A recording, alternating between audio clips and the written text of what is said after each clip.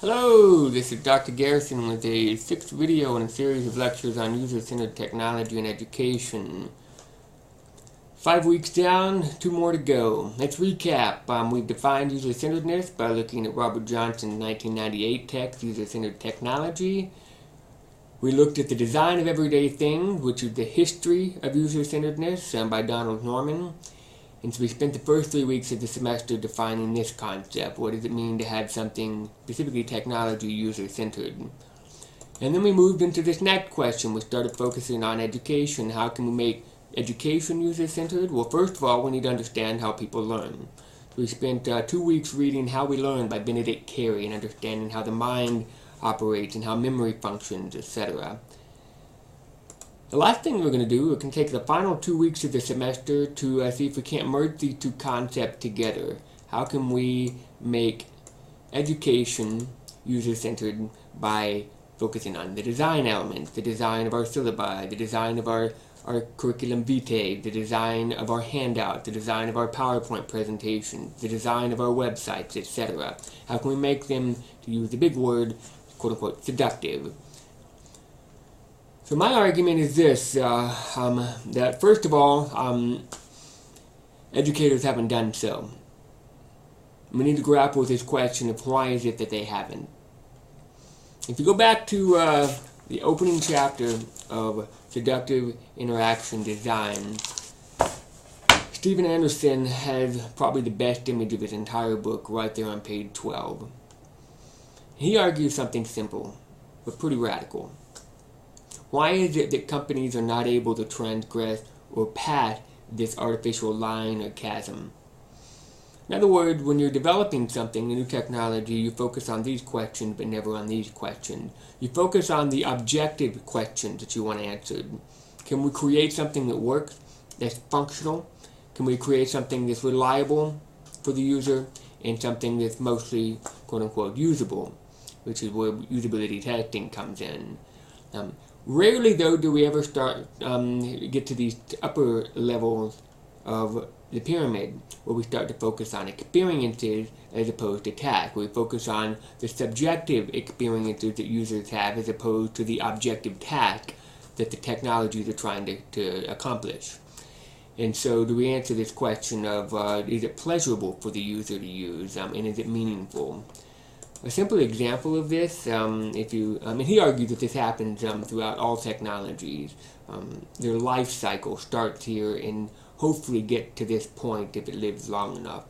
A simple example of this would be the Gopro Camera. If you're not familiar with GoPro, it was a startup company several years ago that allowed you to have a wearable camera. You could stick it on your forehead, or you could stick it on your chest, or you could wave it around on a selfie stick or something like that, and it allowed you to capture first-person perspective images, or photos, or videos of what you were doing. So unsurprisingly, it attracted a lot of daredevil people who wanted to go skiing, or people who wanted to go skydiving. They wanted to capture their experiences as memories so they could play them back and watch them later at another time. The first iteration of the GoPro was just this. It was very functional. It allowed us to do just that, to capture first-person perspective. But it never really got to this next level of reliable or usable. It wasn't reliable in the sense that mine overheated quite frequently, so that I had to shut it down and let it cool down so I could restart it and go. The battery life was pretty bad, and it wasn't very usable. If you look at the interface of even the GoPro 4, it's pretty stripped down. It's just a little LCD screen with 2 buttons, and you're supposed to cycle through a whole menu of options with 2 buttons. One to cycle through, the other to select what you're wanting in terms of its option. And there were a lot of options by the time they got to the 4th iteration.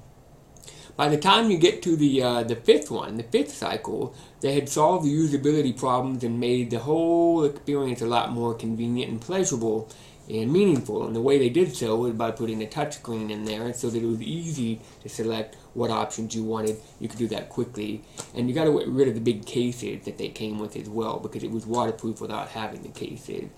So they're slowly working their way up into this realm of subjective experiences as opposed to objective experiences. Well, the question we're going to grapple with right now is why is it the educators can't get past this ceiling? This artificial glass ceiling, this chasm of convenience. I don't think I need to spend a lot of time arguing that we haven't done so.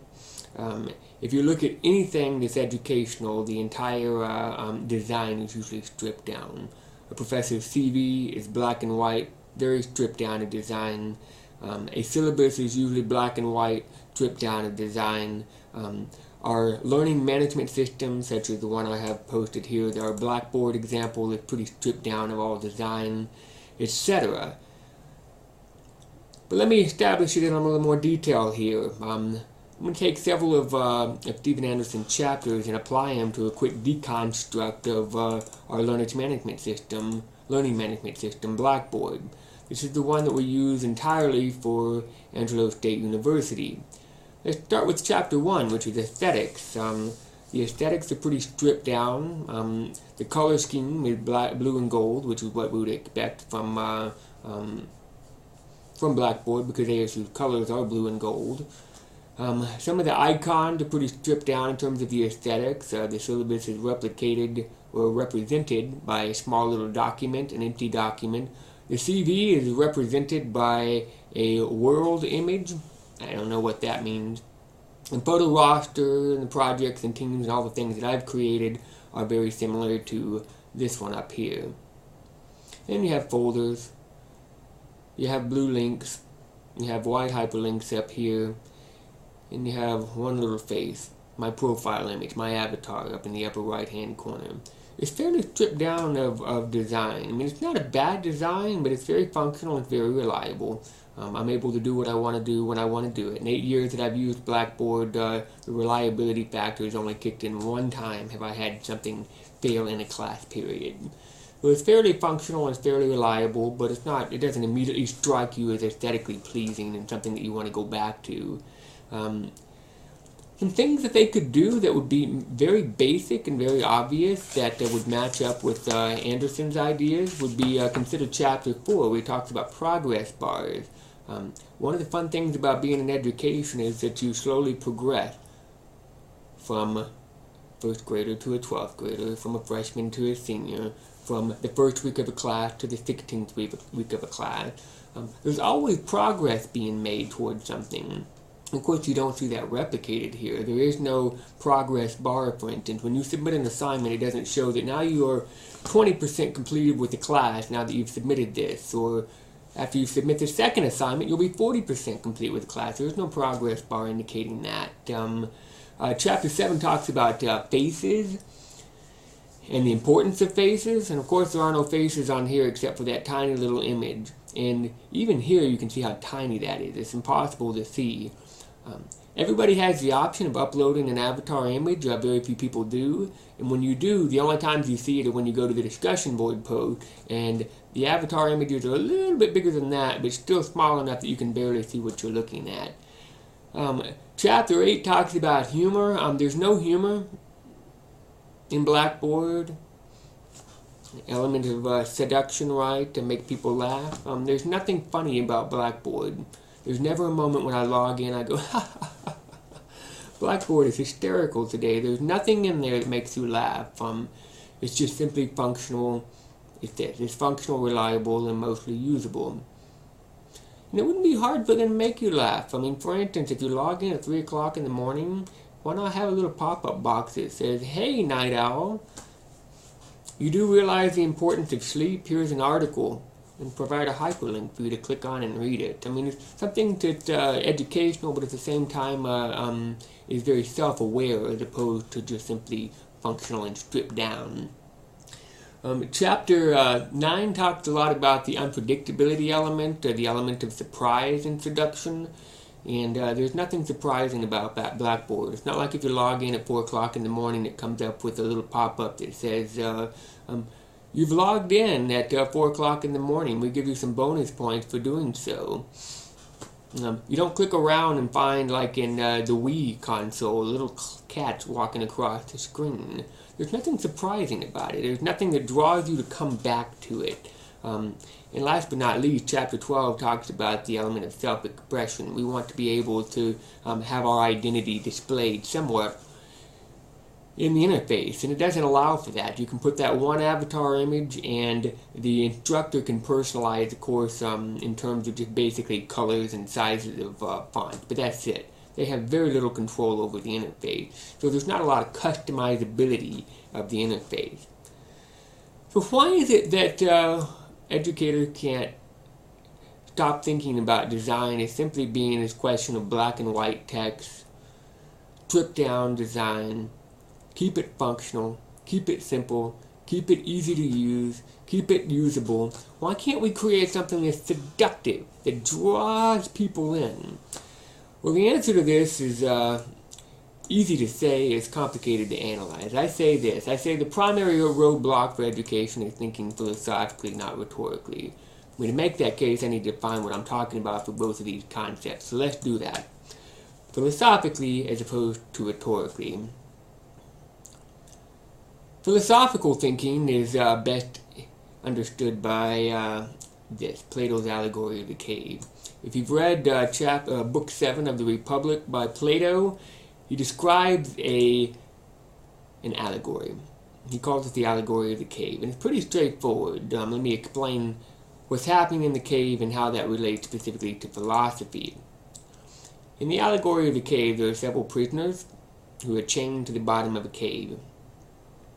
All of them are facing the back of the cave. Toward the opening of the cave, there's a raised platform where there's a fire, a roaring fire, with people walking along a raised surface holding up cutouts, like, say, cardboard cutouts of different objects that we have in life. For instance, I could do a cutout of a tree, or I could have a cutout of a book, or something like that. And they hold up these cutouts here, the fire's light shines past them, and up here at the front, the chained prisoners see shadows on the walls of the different things. So if you have a cardboard cutout of a dog, and somebody up here is making the sound of ruff ruff or bow wow, the prisoners down here think that a dog looks like a two-dimensional black and white object that kind of bounces around on the screen making the sound of ruff ruff or bow wow. Plato says, what happens if one of these people escapes? Chains are free, they stand up, and they walk out. Well, first of all, they're going to encounter this, and they're going to recognize that the shadows are, and this is the big word in the Republic, an illusion. It's not reality. And they know it's not reality because they can see the cutouts, and they say, oh, so that's a tree. This is not a tree. This is a tree. The cardboard cutout is closer to reality than the shadow. But then they see some light up here, and they go, maybe I'll keep walking up the cave. And so to keep ascending toward the exit of the cave, they reach the exit, and of course, the blinding sun hits their retinas, and they go, I can't see. And as anybody does when there's too much bright light, you close your eyes and you look down, and then you just kind of start to squint. And so this guy's fumbling around outside, and he encounters a lake or a pond, and he starts to be able, through the squinting, to see that there's a reflection of some of the objects that he's familiar with. He sees a reflection of a tree, for instance. And so he's gone through 3 stages of truth, right? The first stage is that he thinks the tree is just a shadow, a black and white two-dimensional image. Then he thinks that it's a cardboard cutout. Then he thinks that it's a reflection in the water. And last but not least, in this moment of transcendence is when he realizes that the actual tree is something that's illuminated by the sun, out here. And that is the quote-unquote, for Plato, the truth, is when you escape all of the illusions and you recognize that this is an illusion, this is an illusion, and this is an illusion, and what's actual reality is the actual tree itself. And that's informing all of these other forms, the forms of mediation. And of course, what does the person who's escaped want to do? He wants to come back in, and he wants to tell these people, hey, y'all have all been deluded. You've been deceived. Drop your chains. Let's escape the cave and get out, and you'll see something pretty cool. You're trying to drag them out, and they don't want to go. It sounds very much like education, right? You You know what 2 plus 2 is and how important that is in your life. You know what a comma splice is and how to avoid it. You know these things and you want to tell other people how to do the same. And the students don't want to hear. They're happy with their faces buried in their iPad screens or watching their home movies, etc. They don't really care to see the quote-unquote truth. This is a philosophical perspective that truth with a capital T is objective, that we can get rid of the forms of mediation, the illusion, escape those, and find out what things really are, and experience life as it really is. Now to contrast that, let's talk about what it means to think rhetorically. Rhetoric recognizes that everything is a question of appearances. It has nothing to do with reality. It has everything to do with the illusions. In other words, there is no such thing as reality. All reality is a question of appearances. In other words, we like to think about it in terms of, like, say, the way that we dress, or the way that we groom ourselves, or our appearance, right? As a professor, I have certain expectations that I have to uphold. I have to look relatively nice. I have to wear my collared shirts, my button-up shirts. I got to wear a tie occasionally. And I always have my hair combed. Got to have my beard. And we even have it in the operating policies and procedures that I cannot wear a baseball cap. I can't wear it backwards. I can't wear a collared shirt unless it's Friday, and the colors have to match up with ASU, etc. I follow those guidelines and those codes. And why is it? Because I am a professor, and if I am going to be a professor, then the students need to look at me as such.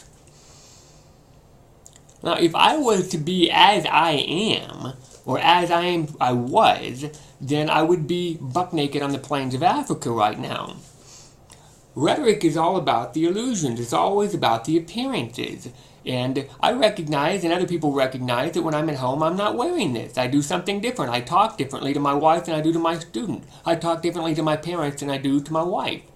I talk differently to my child than I do to my wife, and my parents, and my student, and my friends, etc. Depending upon the context, depending upon the audience, you wear a different hat. And the appearance is all that you get.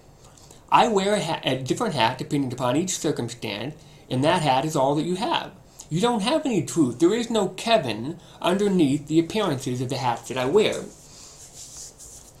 Here's an example. This is an image pulled directly out of Steven Anderson's book. And he says, which one of these images here makes the quote work? The mere presence of others dramatically changes our behavior. It's a great quote. Well, we don't pay any attention to it when we have this image attached to it. She looks like a valley girl from California. And this guy looks like a geek from the Silicon Valley in California. And both of them just completely trivialize this message. The mere presence of others dramatically changes our behavior. You don't say that while you're blowing a kiss at somebody. You don't say that while you have glasses on and a stupid grin on your face. This one here is the one that we pay the most attention to, which is ironic because this is probably a dead guy from the 1930s, a white dude who was probably very intellectual and very sophisticated, and therefore we attribute more meaning to it, simply because of the appearance of the image, simply because of the cap or the hat this guy is wearing, the mask that he's wearing. So rhetoric recognizes, as philosophy does not, that the illusion is all we have and the illusion is all that matters. Philosophy says we need to escape the cave and get to things as they are. And so what you end up with is a dichotomy. A dichotomy is where you have two things that cannot be reconciled. Something is either black or it's white. It's good or it's bad. It's right or it's wrong. And there is no dialectical interchange. There's no interplay between the two. And so to break it down in a nice little table format, the big difference is this. The difference is between the packaging and the actual substance. In other words, if you've ever been a kid and you had somebody such as Santa Claus drop a present by, and that present was dressed up in packaging, it's titillating. I mean, use the word seductive here. It draws you in. It's like foreplay. It's just teasing you. I want to know what's in it. And you can't open it until Christmas morning. Or, if you're like my sisters, when Christmas morning came and Santa Claus had left a package, we would all just wrap our eyes around the door frame, look underneath the tree. It would still be dark. We couldn't see.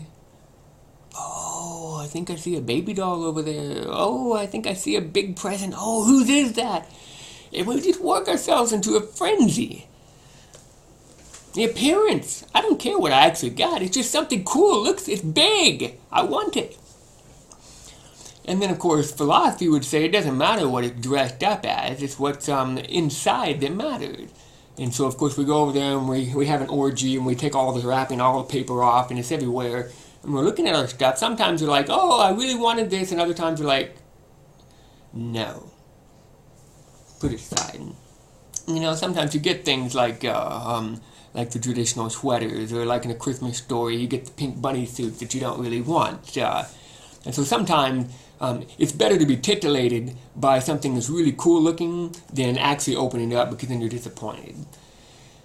And so this dichotomy can be broken down in a number of different categories. I won't elaborate on all of them, but here's a few of them really quickly.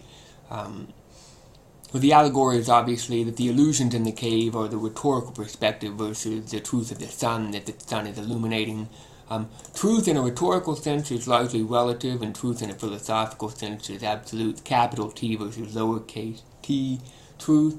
When you start talking about it in terms of communication fields down here, it's a question of the medium versus the message. In other words, how is something presented versus what is presented, or the form versus the content, or the style versus the substance. Richard Lannon's famous distinction was between fluff and stuff. Fluff we look at and we go, oh, that's not something that I want. Stuff is something that we can grab onto. And the big one for Steven Anderson is the distinction between emotion and reason. Rhetoric is all about captivating people with that foreplay. And this is always about the reason, the rationality, what's actually inside the box. Now these two things are very rarely reconciled, but more importantly, and this is by far the most important thing I'm going to say today, is that philosophy has dominated our understanding of truth for 2,500 years. And it still dominates today. Every once in a while you'll see a rhetorician, but most people think of truth in terms of objectivity as opposed to subjectivity or relativism. Here's some examples. We don't like the idea of rhetoric.